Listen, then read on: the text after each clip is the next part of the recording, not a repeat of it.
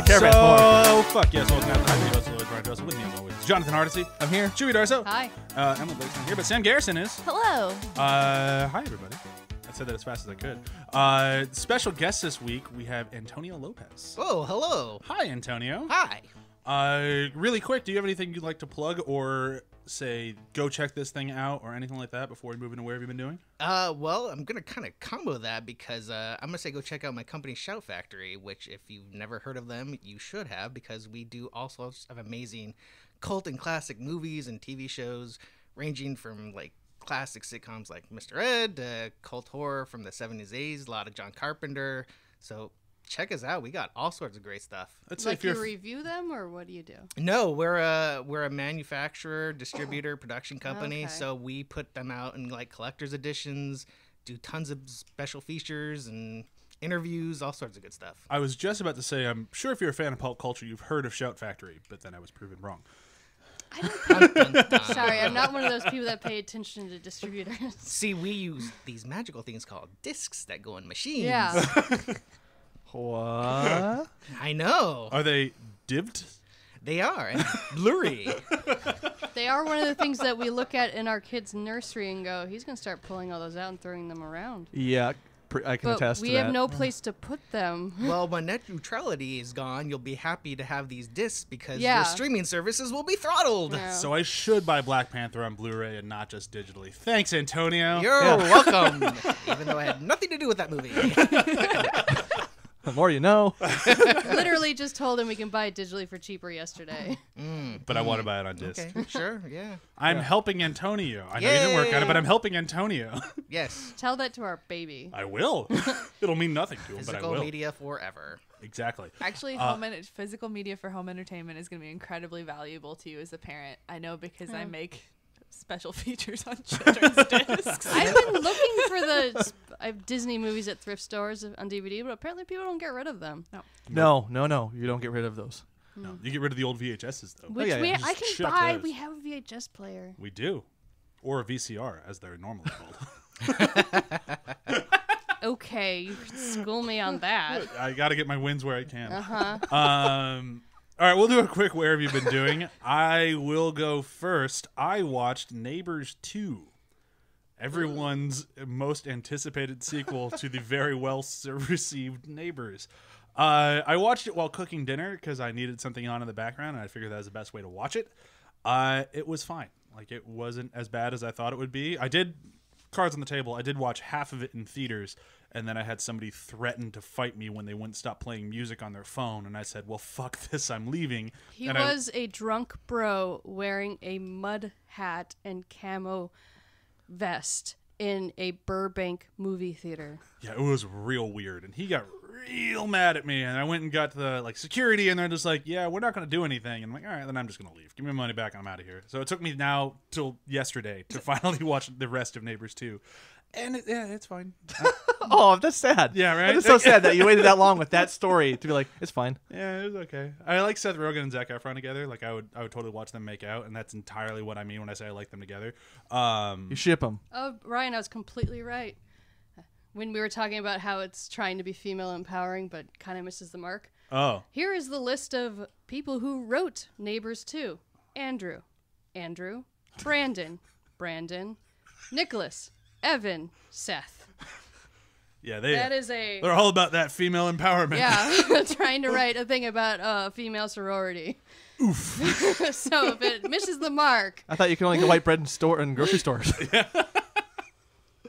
Yeah, it was. There are some really good jokes in there, and there's some really funny moments, and the chemistry of the cast is like undeniably good. But it just the magic wasn't there. After the first one was surprisingly good. This one was surprisingly mediocre, and I hear they're not doing a third one, which is fine. The first one they wrote about a fraternity makes more sense. Yeah, they get that. Yeah. Those frat boys definitely get that frat story. Yeah. And the other Frat one, life. Yeah, the other one just had better characters. It said everything better. So if you haven't seen it, don't bother. But if you really, really want to see it, still don't bother. That's it for me, though. Get it on that Blu-ray. I have been diligently chipping away at our child's room. I filed our filing cabinet, which was oddly satisfying because it's no longer just a giant eyesore. And while I was doing that, I've been rewatching How I Met Your Mother. And my rage about how Barney and Robin get divorced and Robin and Ted end up together is still strong. It is such a cheat. It's like so disappointing for a show that we all got so invested in all the characters, even though a lot of them have shitty qualities, especially Barney, and he got his happy ending, and then you changed it, and then it was just so like, I understand sometimes when a writer and a creator have an idea at the very beginning of a show, and then, what was it, 10 years later? No. 8? I don't remember. 9? 9 years later, I'm sorry, but what you wrote took you in a different direction. You shouldn't try to retcon that in the last season to still get the same ending you wanted at the beginning of the show.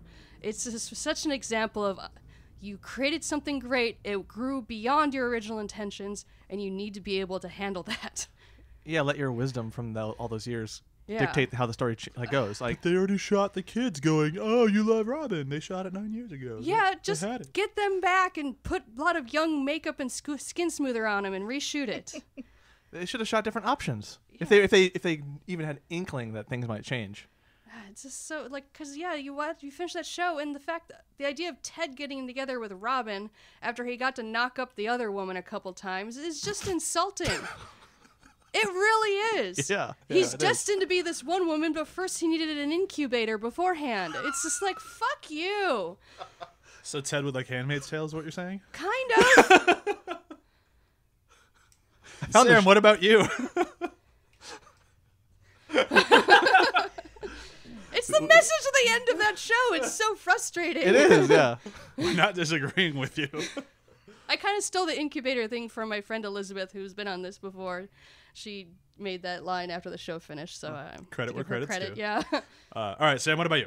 I saw Deadpool 2. I am not going to say more than... Well, I'm going to say one more thing. It's fucking awesome. I think I liked it even better than the first, and I liked the first quite a lot. So go see it. Don't read anything about it beforehand, because it's just one surprise after another.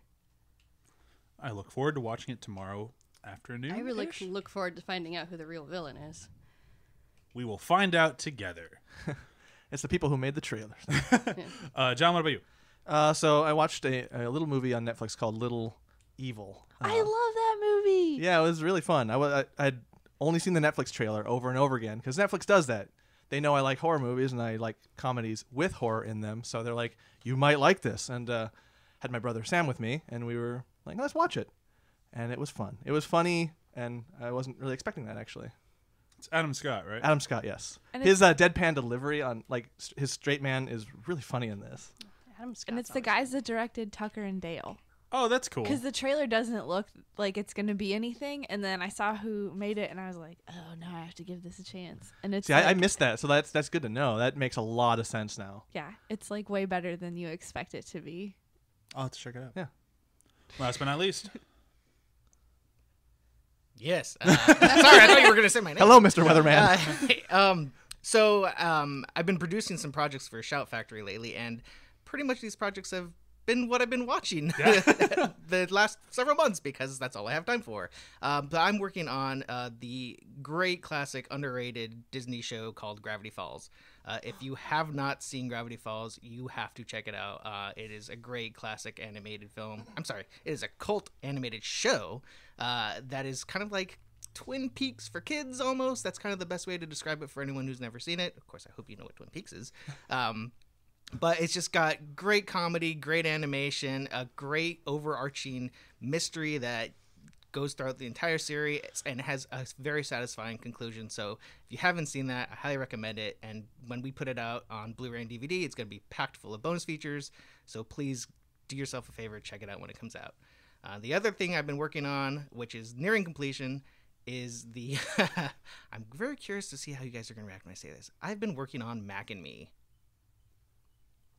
Cool. Dead silence. Everybody loves this movie. I don't remember it. Is that the one with the alien? It is the one with the alien. I never saw it. It's kind of the what people call the E.T. ripoff that came out like 6 years after E.T. I remember going, how'd they make a creepier looking alien than E.T.?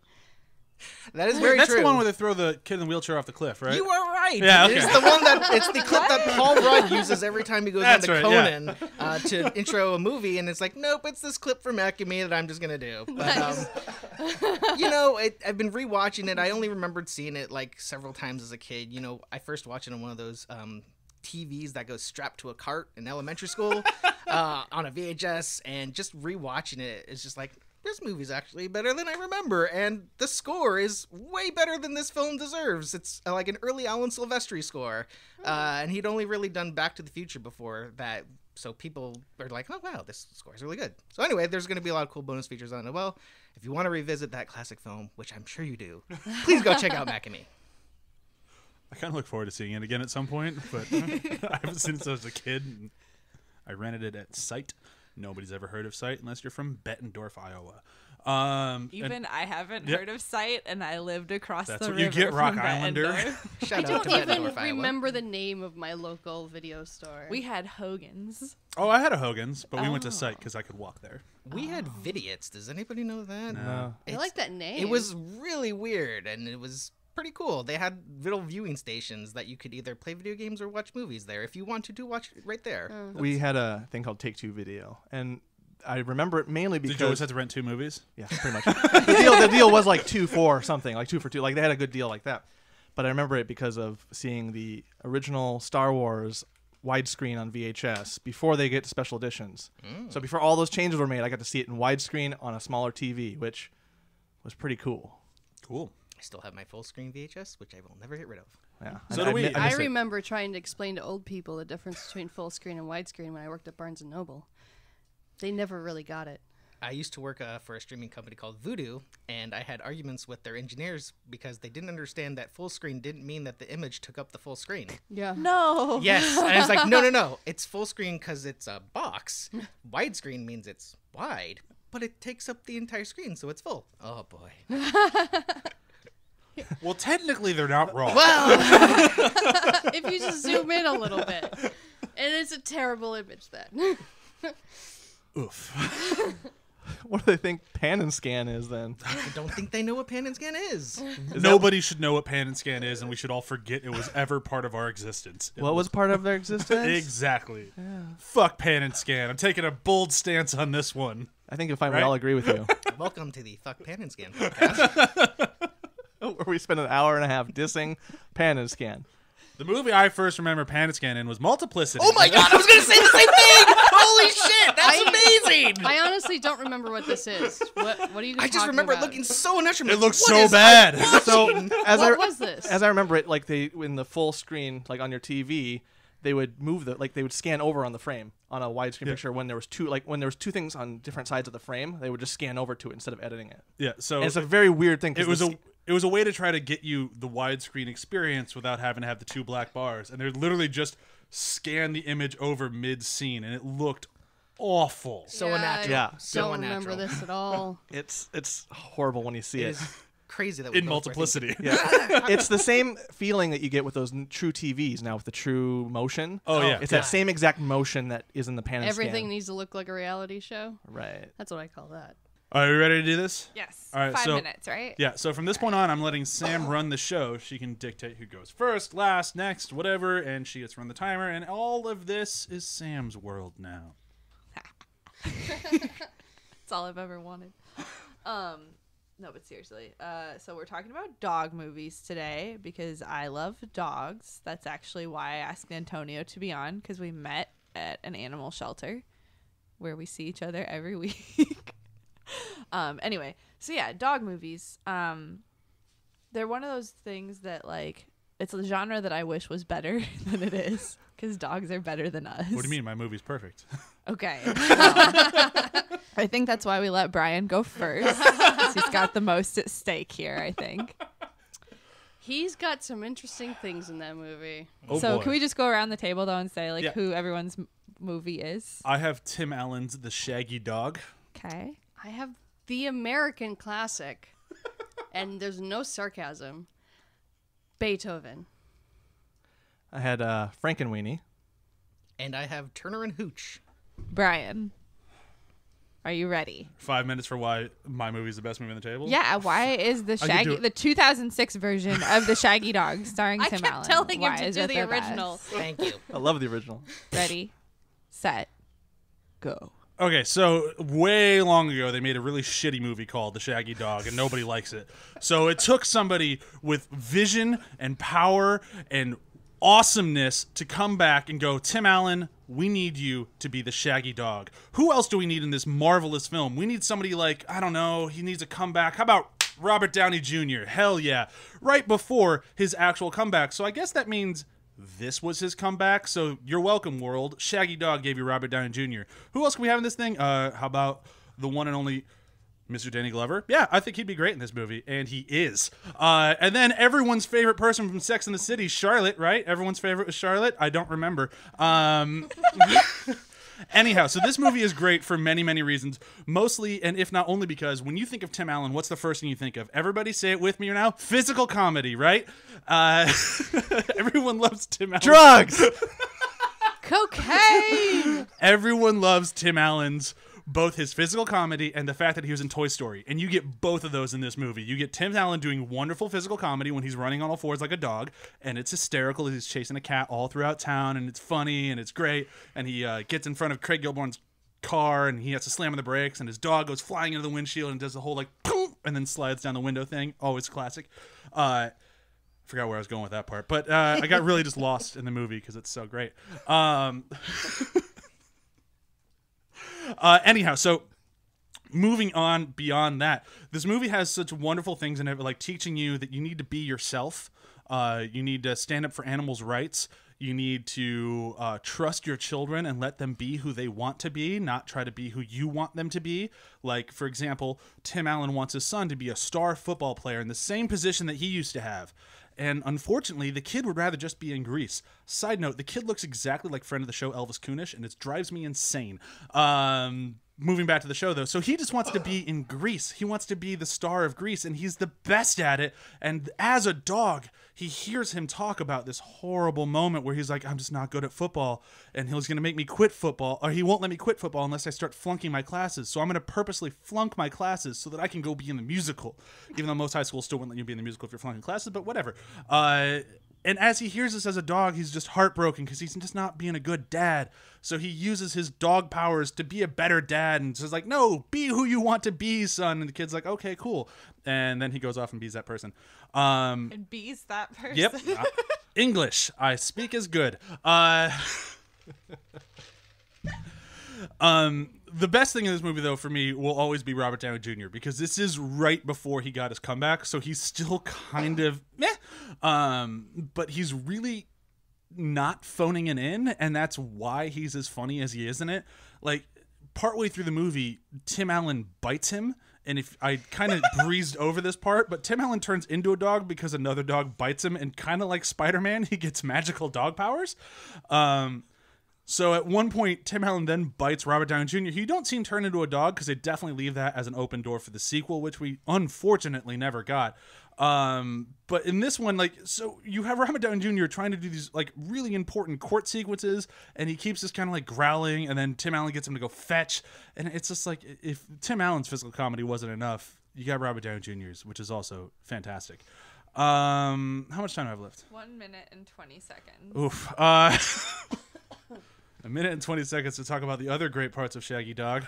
What about What about tear this you down. dog made like how did getting a dog bite turn him into a dog? Like go into the lore of this film. Oh, if the you lore of the will. film. So there's a dog that never dies. It's an immortal dog that lives in Tibet. And they find the Robert Downey Jr.'s company finds out about this dog and decides that they need this dog to discover the key to eternal life. So they bring the dog back, and while having that dog back, he gets out somehow. Because he's Tim Allen's immortal daughter and kind of therefore helps. wise. Yeah, see, exactly. Has nothing to do with Tim Allen's daughter, who shows up and lets him out somehow. But while at home, the dog realizes that Tim Allen is the only person who can help him, but he can't help him as a man, so he chomps onto his hand, and now he's a dog man. The science checks out. I looked into it on Dogopedia, where this is the best movie of all time. And the biggest thing about this movie that we all really need to remember is the dog is really fucking cute. Like, he's really kind of squishy and adorable. Whenever Tim Allen needs to, like, get people over on his side, he does, like, the little rollover thing, and he just looks so cuddly and wiggly-wobbly, and he's awesome. I'm going to forfeit the rest of my time. Okay, you only had 5 seconds. All right, I got so many things to tear this movie down. Can we talk about whitewashing? There's no whitewashing in this movie. Okay, so Let me just start. Let her start the timer. Okay. She's in control of this. You get 5 minutes to tear this movie about an immortal dog. Like, this makes you all monsters. To tear down this movie about an immortal dog. This is where I'm leaning right But now. he's not immortal. all right, tell me when I can start. You can start. Okay, so in an age where we're trying to be culturally sensitive, well, this is before then. This is 2006. We were pretending to be culturally sensitive. We have a movie that begins in Tibet, and the dog is an English sheep herder dog hiding in Tibet. So it's the equivalent of a white man dog. And then later on, he needs help, so he bites a white man to save him. So, because the only savior is a white man. And then you have this whole thing about how he's a bad father, and I'm like, no, his family just kind of sucks. His daughter's an idiot. She's literally manipulating her boyfriend into just giving her rides everywhere and doesn't seem to be interested in him actually. She's 16. She wants to get a tramp stamp of a protest group that she fell in love with because of her teacher, where she probably just has the hots for her teacher. He's And- Josh from Blair Witch. Everyone loves Josh from Blair And his Witch. son is just lying to him the whole time, saying he does like football. So it's not even the dad's fault that he's pressuring him into playing football because he thinks his son actually likes it. And it's offensive to rats because when they animate the rats, they round out their faces and make their bellies fatter like hamsters, as if normal rats aren't cute by themselves. To be fair, those were rats that are being experimented on, so maybe it wasn't the movie animating them. Maybe those were the dog rats, and Now, they're half dog, they half say rat. that the only difference with the rats is that the rats bark. Well, maybe they were wrong. What? And yeah, and it's not even it's a movie about a dog, but it's about a man being a dog. Not really about the dog.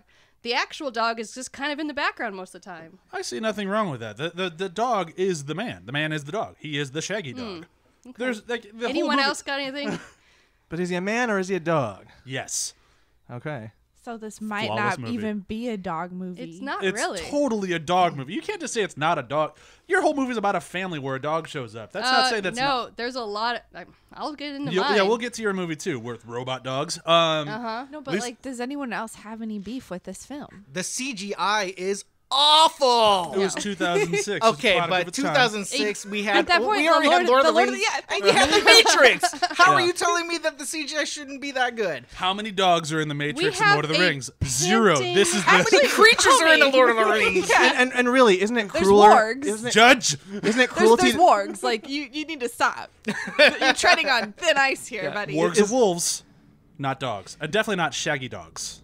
And isn't, Okay, but I to still be don't fair, like, understand it's an English sheepdog, right? Yes. And he There- lived in Tibet. He's probably got a lot of, like, wolf-adjacent DNA in his system. I'm just saying. I There's think a lots lot of about shaggy this. dogs that are actually from that area that could have been in this movie. Oh, I know. Tibetan Mastiffs and, Yeah. and the like. Okay. Cousins to I Saint like Bernards. how you say, like, oh, we need Tim Allen for this. Like, they approach Tim Allen, but are you talking about director Brian Robbins of Norbit and Meet Dave thing? Yeah. Because this director does not Not have a good track good. record. Not Are And you this trying to say movie is Norbit isn't an instant terrible. classic? Oh, I will no. say that immediately and every single time. Yeah, seriously, the way they try to depict Tim Allen being a bad father, I'm like, no, he just has a crap family. Because Tim Allen is a great dad, which we all know. From several seasons of Home Improvement. 9 seasons. I don't think so, Brian. like, his wife Don't forget starts, Last Man Standing. his wife is complaining he's not home enough. I'm like, he's a DA. He's not the DA yet. He's trying to be the DA. He's trying to be This is the the prequel to the DA. Shaggy DA, right? And he's the only one making an income, and Shaggy he's dog. in the middle of a very public case. Like, I'm sorry, at that moment, of course he won't be home very much. unrealistic expectations for a family to have. So we're all on Tim Allen's side. He's the best. I agree. Well, I rewatched. I'm just saying about a movie that's supposed to teach you life lessons. What exactly is this teaching? Tim Allen Allen shouts to infinity and beyond as a dog while wearing a cape. No, I mean, does he that's- really? Yes, he does. Why didn't you lead with that? I tried to bring it Immortal in there. dog, So Buzz this- Lightyear It dog. just Right? reminds you that you should be watching a better movie. Yeah, like this stuff. Tim Allen this has done movie two just- good things, which is the Toy Story trilogy and Galaxy Quest, and none of these things are that. Yeah. I have to Kinda agree that. They that do say to infinity and beyond, so it's kind of It's Toy trying to Story. my new This friend is movie Antonio better. right here. By referencing his past accomplishments, like just It's joyfully celebrating. 10 his past seconds. I accomplishments. will say I also rewatched the trailer last night because I hadn't seen this in a while, and they used the Baha Men song, "Who Let the Dogs." I'm like, all right, well, it was in while the he's trailer, chasing after the cat. but it's Yeah. actually in the movie too, Yeah, and that is and an we're done. instant fail. That's true. That is comparing ugly women to dogs. And Yes. we all know that dogs would be the cutest women. Anyway. So is it 5 minutes for all of us to rebuff this? Oh, okay. Yeah. I thought it was per. It's like, okay, I'll wait. Right No, that'd be a long episode. now. Well, that's what I didn't know. I was just Brian's like, just okay. swearing as he's editing it, like, damn it, I need to streamline this. Yeah, I would never do that. All right, Brian. Who goes next? Antonio just fist bumped. I'll let Antonio go. Oh no, I was pointing that way. No, I just saw the fist bump in the corner of my mouth. All right, Antonio. I will do my best here. I don't know what's going on here. Turner and Hooch. Ready? Wait till you hear my complaint about the rest of these movies. Okay. kind of Oh, want there to be a no. movie called Turner and Cooch. Whoa. That's the Is that porn the porn parody? parody? I'm sure there already Let's is one. do it. It's the sequel. I'm looking it up while he does his defense. Oh my gosh! So All right. we've instantly gone to bestiality. Okay. Didn't want it. I knew this would happen, and I didn't want it to. Anyway, 5 minutes, Antonio. Ready, set, go. Okay, so my movie is the instant classic 1989 film Turner and Hooch, starring Tom Hanks as Scott Turner. He's a small town police detective who's getting ready to move on to bigger and better things in the big city. But days before he's supposed to move to the new big city, his best friend, well, not necessarily his best friend, but his friend who lives down on the docks with his giant, slobbery, out-of-control dog Hooch lives. His friend dies because he stumbles upon some suspicious activity that is happening at a nearby business, but Hooch does not have the opportunity to save him, and unfortunately, the friend dies. The next day, Tom Hanks is investigating this crime, and he's the only one who thinks that there's any value to Hooch. Everyone else just wants to get rid of Hooch, but he believes that Hooch could be a material witness in solving this crime. So you already have something amazing, like, holy crap, a dog is going to solve a crime because they value that this dog could actually have something interesting to do. This movie's fantastic because it actually gives something that a lot of dog movies don't do. It gives this dog an emotional and character arc that you do not see in a lot of films. I mean, this dog wears its emotions on its face. You can see it in its eyes, and this is all non-CGI, by the way. It's sad, it's angry, it has shame, it gets happy, and like it proves valuable to Tom Hanks's character. And like, yeah, this dog can help solve crimes. And we see throughout the movie that Tom Hanks is this very fastidious and like neat freak and needs to have everything under control and order, and Hooch is the complete opposite, wild, crazy dog.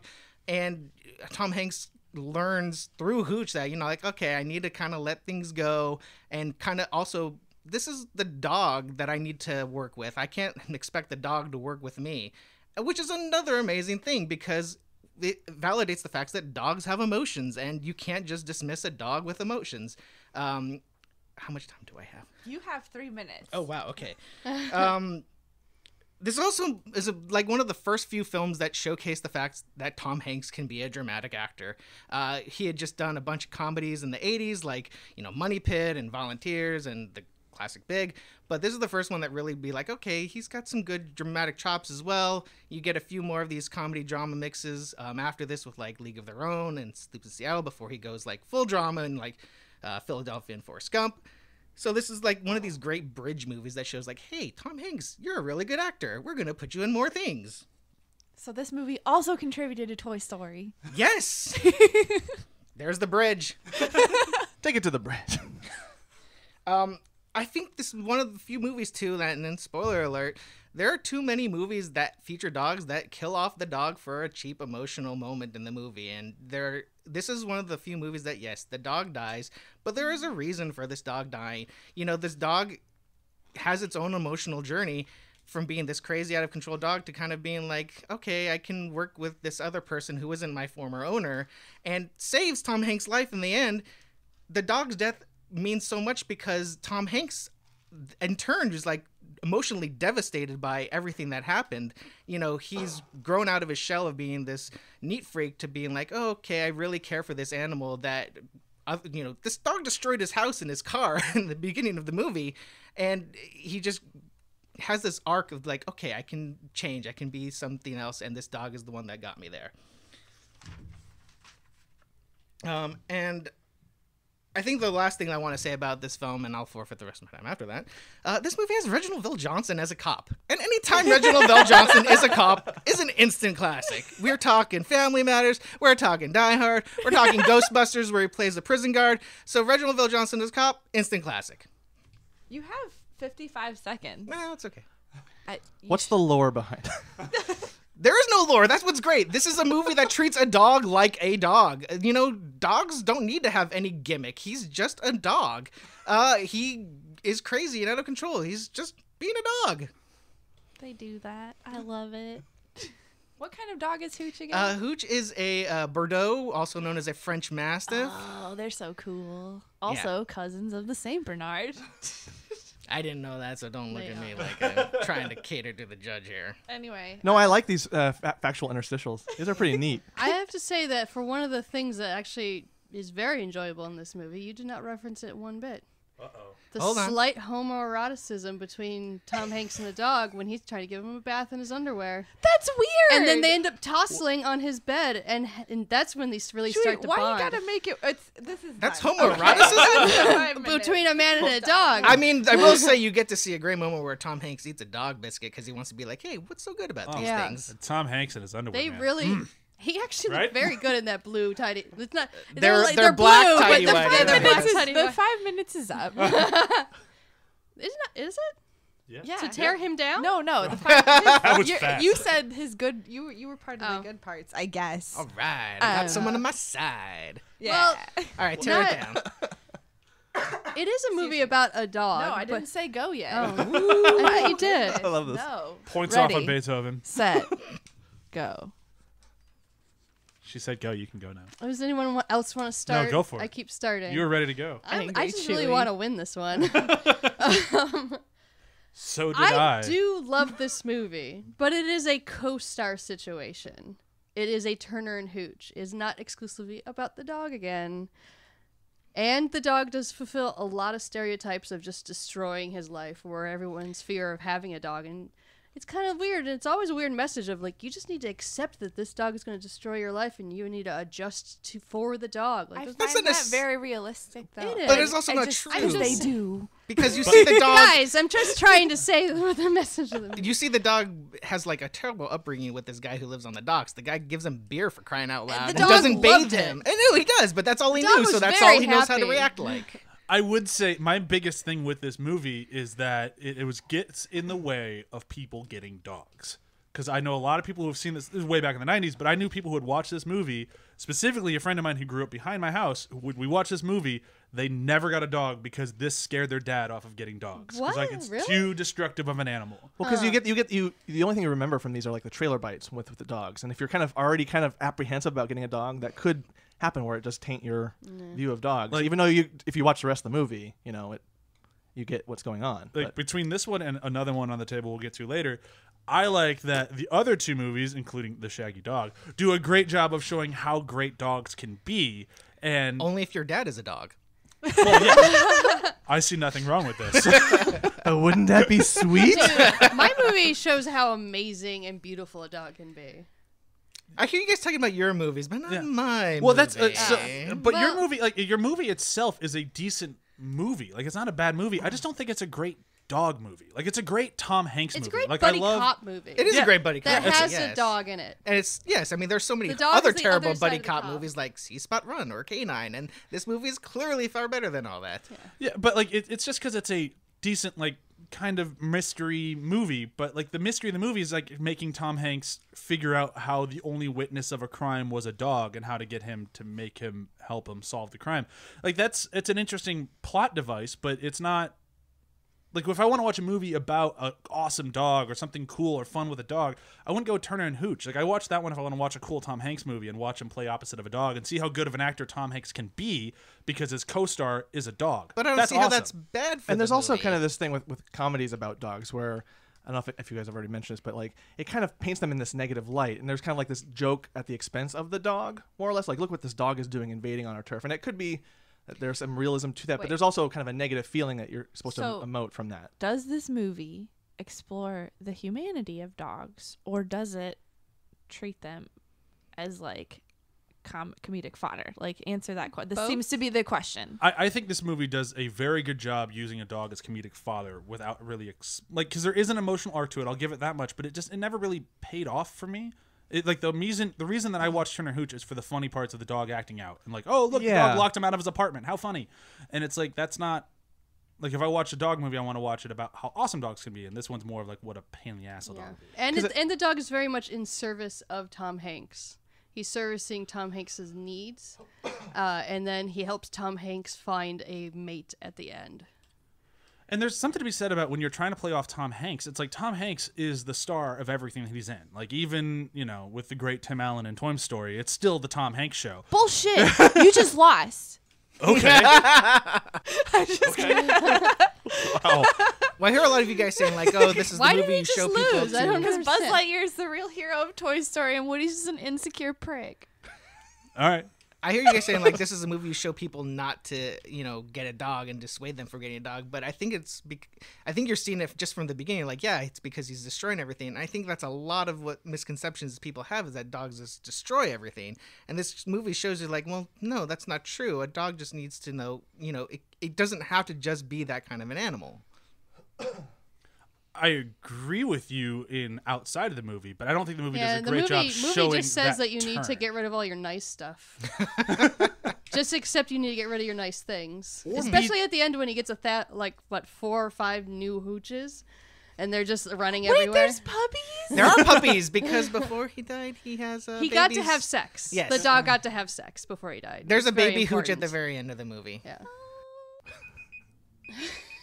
Also, I'm sorry that I yelled at you, Brian. It's But okay. Buzz Lightyear is a very sensitive topic for me, and it's why I hate Toy Story 3. That was a surprisingly quick reaction too. I was Yeah. taken aback. Well, I've already lost, so. No, I joke.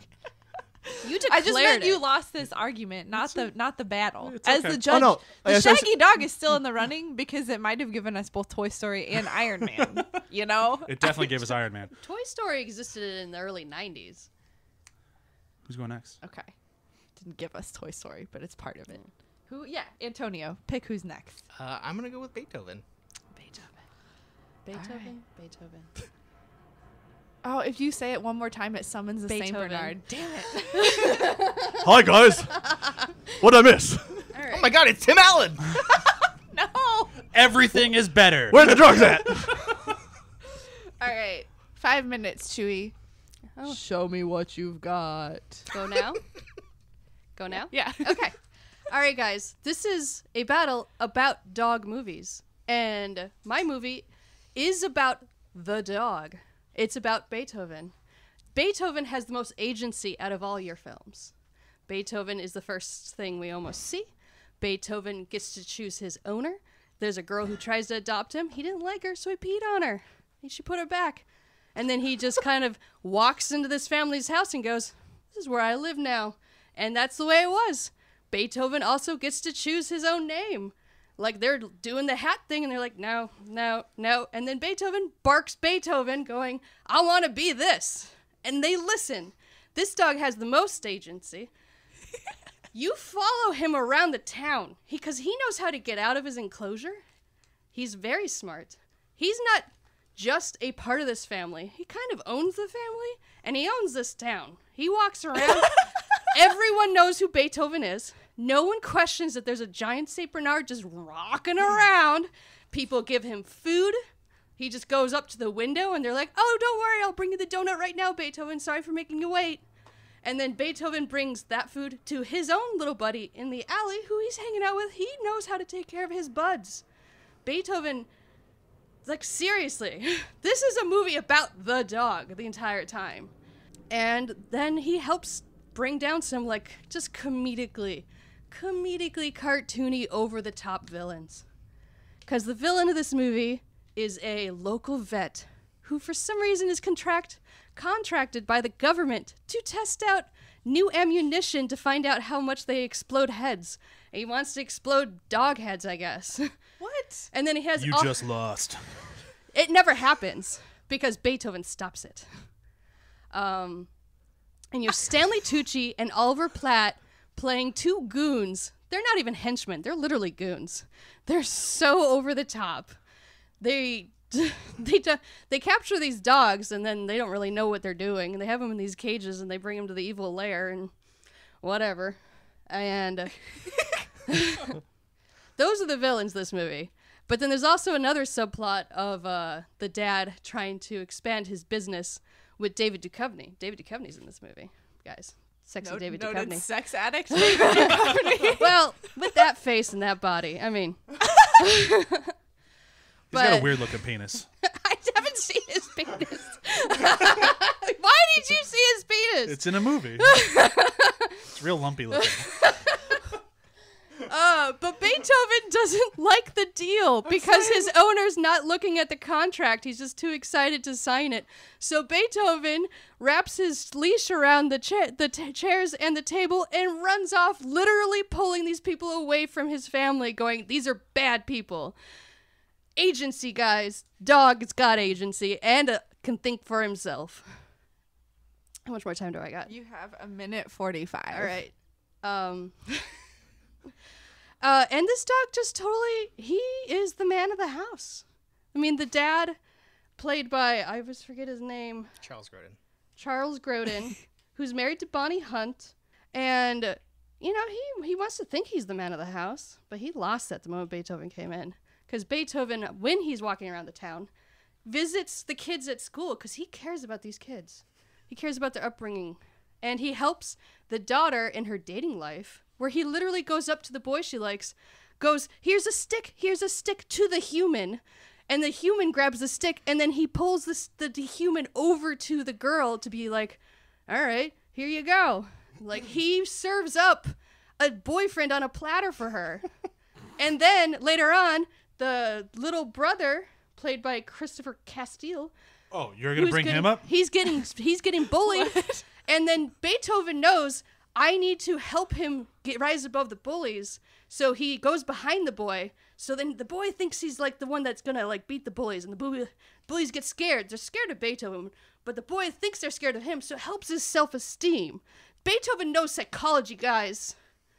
And then Beethoven can also sense when the kids are in danger. Because like 3 doors down at one point when they're at a babysitter's, he can tell that the little girl is going to fall into a pool. And Beethoven gets out of his enclosure and saves her life. He doesn't see her. He can maybe smell the water near her. Something like that. But Beethoven is a magical dog who protects his family. That's your time. You're done.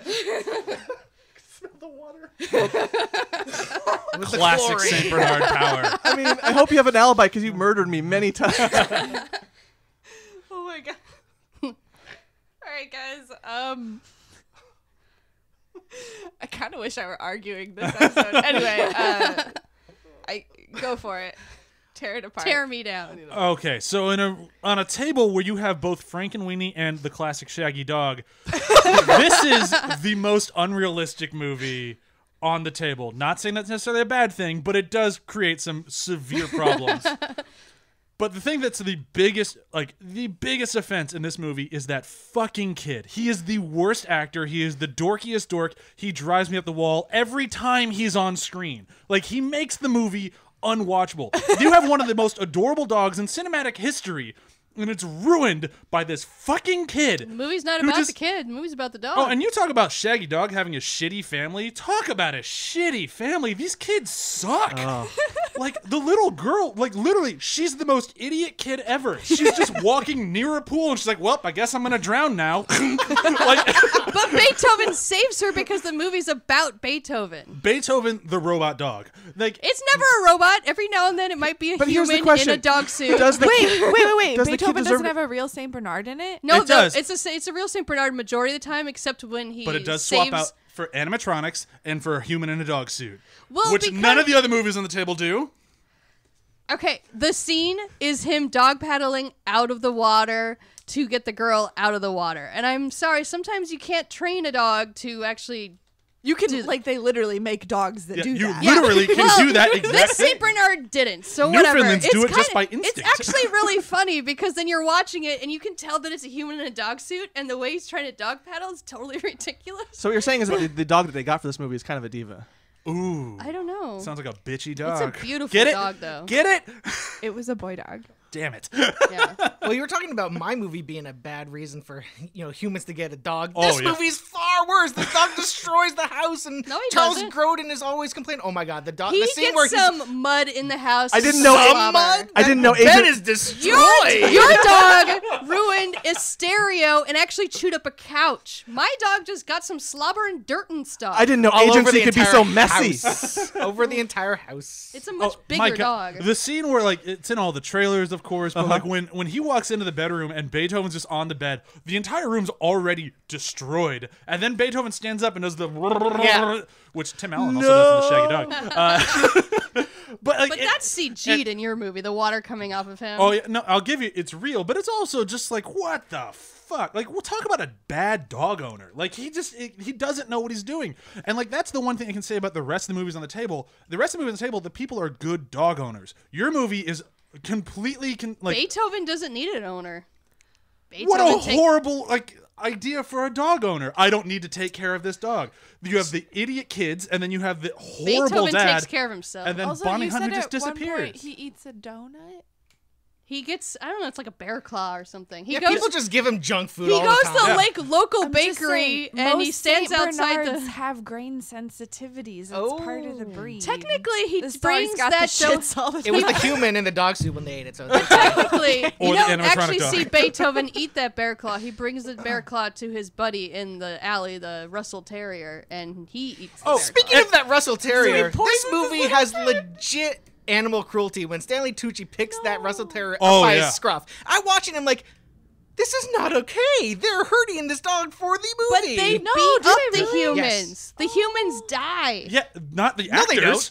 Well, not the actors. The actors who picked the the poor actors dog still up by the living. scruff of the neck still happen. And again, to the other point in this movie where you say it's like it's the main crux of the storyline is animal cruelty, where they're testing out ammunition on dog heads, and you say they didn't happen. Where the fuck did all the other dogs that got kidnapped with Beethoven go? Because they're gone. Well, you But they don't need to see test it that. out on a Saint Bernard head because their skull's more close to humans. Like this movie is fucked They up. do have really thick noggins. It is- This movie also spawned a horrible direct-to-video franchise of 7 films. Name one good franchise that has multiple direct-to-video films. Airbud. And nobody picked Airbud. I was so but close. the, Well, we didn't want actually- we didn't want this to be easy. yes, so the movies that I don't came wanna out slam of this dunk. movie weren't great, but you know what they did? They helped the economy. They helped the economy. They created this movie created They've jobs. also made it impossible for me to walk down the street without people going, Beethoven! So your movie inconvenienced the judge. It's true. Whatever. She's really perturbed right now about that movie's My influence. movie has lasting childhood memories attached to it for an entire generation And heaps of dead dogs. that are not on screen. Your movie is so They're bad. only implied. Where's the gavel? I need to write. I left it at home. We always do. You keep forgetting it. Yeah. I left it by the door for you. I forgot it. Either way, Time's up. Time's up. Is it? Time's up. Time is up. Whatever. Um, My dog still had the most agency in all these movies. And the most dead dogs. You don't Oh, see jeez. that. okay, stop. All right, Mom and Dad, stop You're gonna be fighting. held in contempt of Sam's court. Now I want a show about that. Sam's Court. Dun dun. Nice. Antonio and John created a show for the judge, complete with theme music. I'm still recovering. Give me 1 second. Okay, you let me know when you're. Wasn't there ready. like a puppy court on Animal Planet or something There like that? was. Or a dog court, something like that? Yeah. All right. All right. I'm good. I'm good. ready? Yeah. go. All right. So my film is Frankenweenie, and it's about a boy and his dog dressed up as a creature feature universal monster film and one moment, a kaiju film. As someone in my life who has, I don't know, like outlived a lot of pets, whether they've left me or I've had to say goodbye, I like that this movie couches its themes of loss and death kind of in this Tim Burton quirk that kind of makes it palatable, manageable, but also kind of has me address those feelings in kind of a way that, I don't know, as you might say in Pokemon, it's super effective. John's hitting all the right buttons right now. But I think what the true strength of that is in John August's script for this. It balances out this Tim Burton quirk that, I don't know, me personally, I've been getting tired of. Like, the modern Tim Burton movies feel like parodies of Tim Burton movies. They kind of start to fold in on themselves. And I think with this script, it kind of counteracts that in a way. And I think the two scenes for me in particular that kind of showcase this is the scene right after Sparky gets it and the parents are tucking him in and kind of consoling him. And he's like, well, Sparky is in your heart and he'll always be there. And I've had this feeling before, and I never realized I could tear up a little bit, but he was like, I don't want him in my heart. I want him right here. And I think that moment was really good, but also kind of exemplified owning a pet, owning a dog specifically.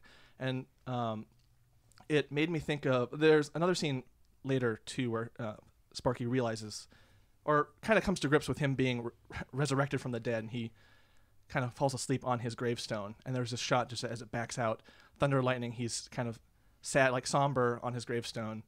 And it was a very striking image, and it took me to the scene in Futurama with Fry's dog. Like, there's that, they kind of curl up in that same way. And it's, I don't tear up very much these days for things, but that really hit me. And those two moments really kind of exemplify that this movie puts a lot of focus on what dog ownership means, what it means to own a pet, kind of folding those things together. And I don't know, I'm a cat person, and you know, it's different. Like, with dogs, it's ride or die like this, but with my cats, it's kind of like, you know, I'm going to miss these Peter Bailishes. That's fine, whatever. But I get the bond, and this movie did it in kind of an interesting way. It kind of, like a spoonful of sugar helps the medicine go down sort of way. Couching it in a monster movie, I was like, I get it. Like, you would go to any cost to bring the dog back. Obviously, you have to get over it.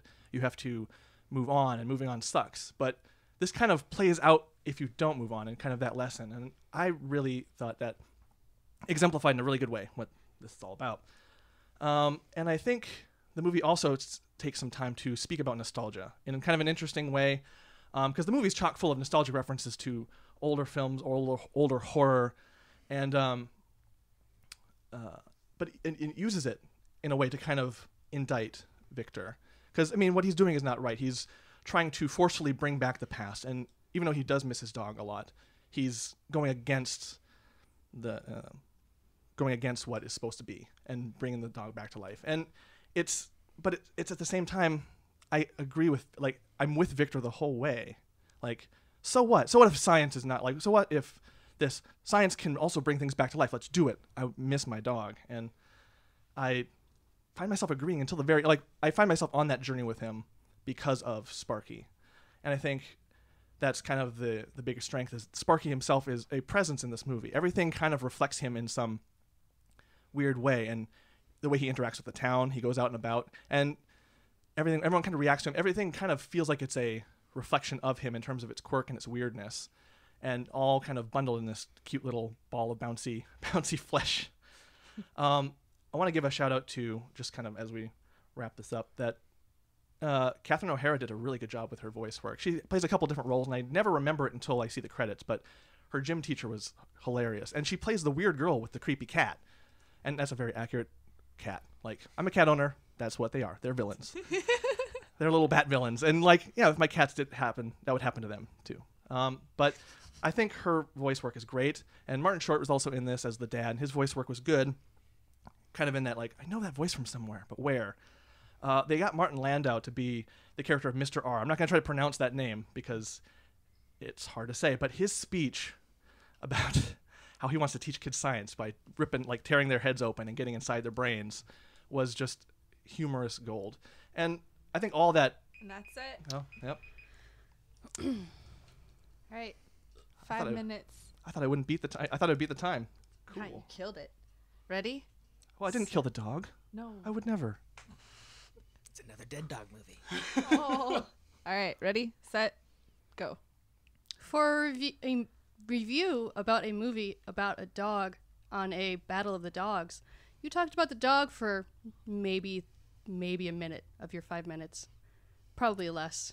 You mostly talked about everything else in the movie. But that's kind of what the whole, like, for me, the point of the dog movie is what it is like to It's own about a the dog. human. No, it's the relationship. I think this dogs. is a dog battle. This is not about the humans. It's everyone's relationship to the dog. The dog is the important part. Do and dogs exist for humans? I would say we exist for them. And this movie kind of How? like the dog teaches him to move on. What does he teach him? To The move dog on. But teaches. does he learn to move on? It's like, he, I get that he that's, keeps like- the dog at the end. Like the theme of the movie is not moving on. Like it's the theme of the movie is just love in general. Like because he doesn't move on. Nobody. Moves I think on. No. I think he gets to keep the dog as a reward, but he does at the, The end dog's the surrender the reward. dog. Does this dog have agency of himself? Yeah, I think so. How? Tell. He has You the- said he went about town. Tell me how he went about town. How did he relate to the entire universe of this movie? I think he shapes the design, the That's theme. not. the- That's not. How did he go about town? Tell me how the dog acted. He wasn't Tell a drug. me about He the wasn't a dog's donut life. pusher. He didn't push donuts on dogs with weak That's stomachs. my movie. I'm talking about your movie. Tell Yeah. me. What do you want to know? You said he went about town and had a lot of character. Tell me his character. Well, I mean, What did he do? Like, what does Frankenweenie's day look like? he goes out about the town. Sparky. He Tell plays me about Sparky. plays with the neighbor dog. Goes out and kind of bothers the mayor and electrocutes the neighbor dog. Real cool dog. So we've got one dog poisoning another dog, one dog electrocuting another dog. well, it gave her cool hair swirls. I mean, my thing with your movie though is like it's a better it's more of a celebration of Tim Burton than it is, or like Tim Burton and like Universal monster films than it is really a celebration of dogs. Like your movie, like the two moments that you specifically brought out as not Tim Burton-y, I thought were two of the most Tim Burton-y moments in the world. Like in the whole movie, like he's such a sap. He's always been a sap. Like that's like he just kind of masks his being a sap like a goth. Like he wears his heart on his sleeve. Like I'm real tough, and it's like no, you're not. You're a squishy little guy. And that's fine, but it's like when I'm watching a movie about like Frankenweenie, I want to see Sparky. Like I want to see Sparky about town. I want to see Sparky how he influences everybody. And all they do is just kind of scratch that surface, and they spend the whole time with the people and Yeah, how the they movie's relate not to really their about dogs. the dog. The dog is like he's the pebble that starts the avalanche. Like he's the thing that kind of kicks things off and gets them going. But then they kind of leave him behind, and they spend the rest of the time with the people and the kids who trying to steal his experiment, and the Igor character or whatever they call him in this one, and they think they call him from the original Frankenstein in this one. But they pull in these like wonderful. And don't get me wrong, I think it's a very good movie. They pull in these wonderful things from all these other things in the ether, like from other monster movies, from other Tim Burton movies, from other movies that these actors are in. It's like, also political. and has political nature. Like there's some really cool stuff in this movie.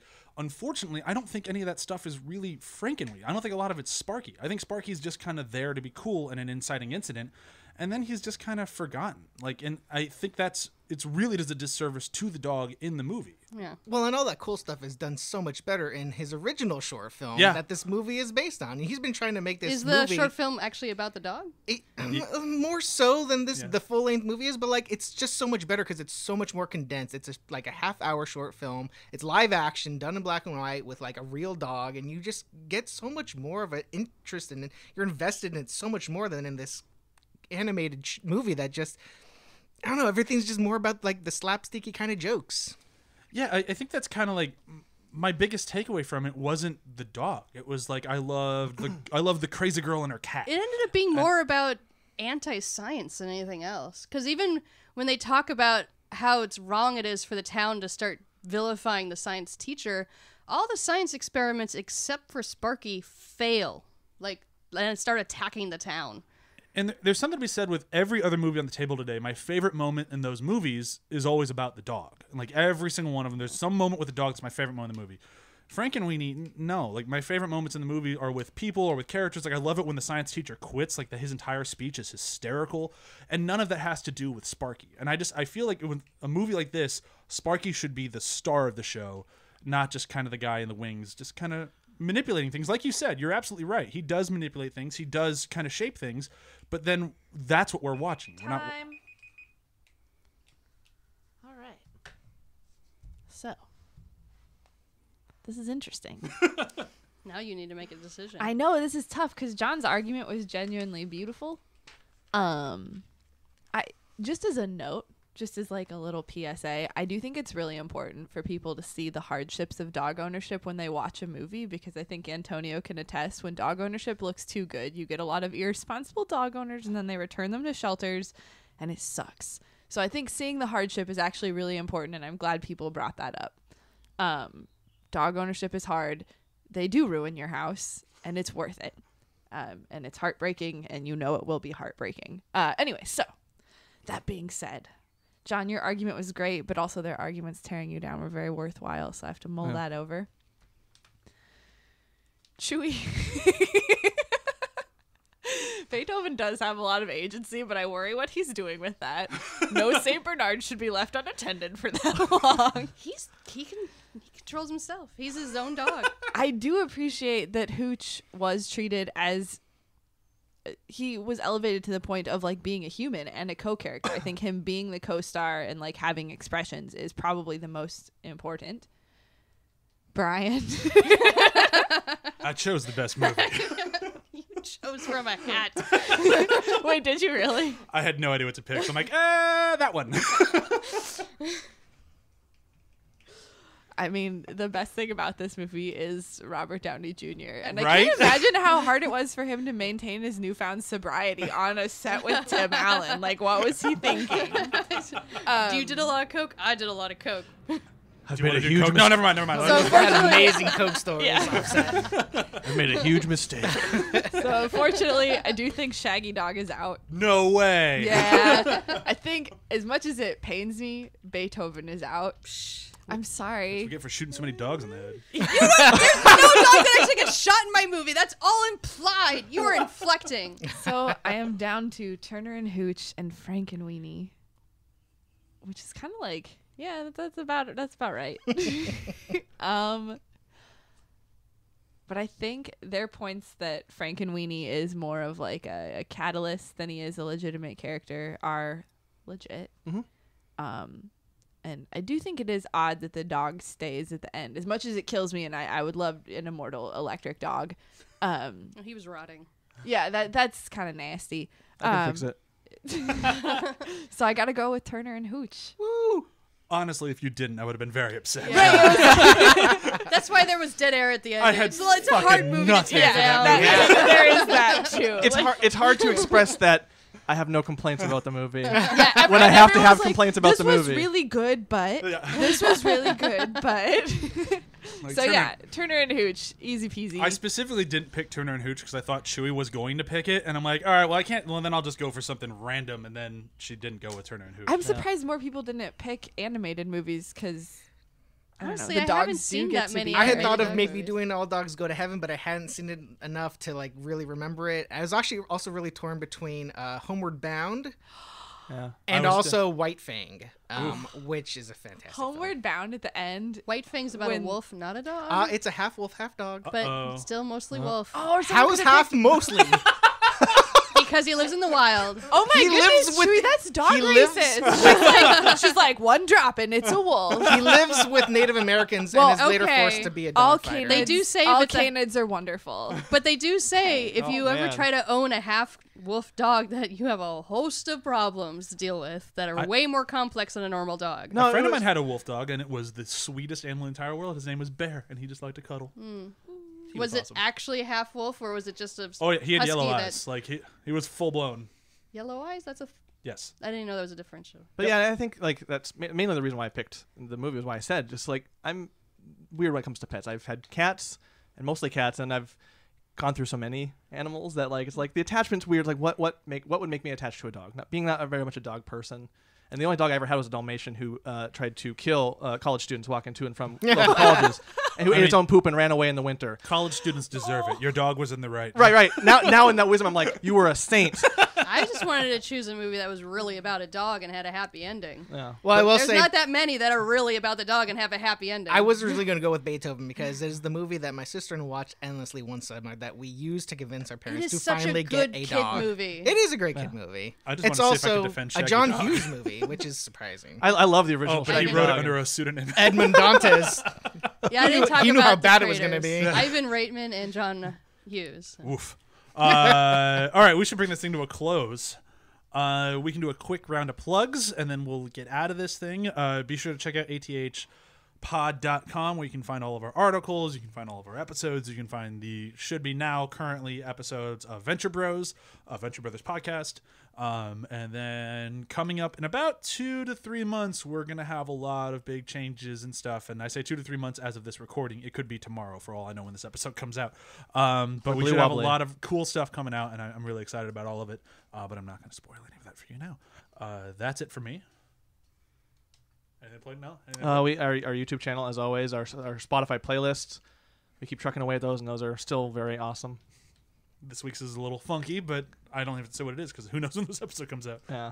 I don't know when this episode comes out, but if it does come out in time for you to still see Deadpool at an AMC, you will see Grinch interstitials during the trailers, so check those out. And if you really like dogs and want to follow a delightful St. Bernard, mine is on Instagram at Saint_LADDI, and she is a delight. She's very cute. She's a goddamn delight. Anything to plug? And I'll just go ahead and plug my company again, Shout Factory. You can find us on shoutfactory.com for all of your pop culture needs. Awesome. Well, thank you very much for coming out. Thank you for having me. It was having great. you. Yeah, And I this was won, fun. which is even better.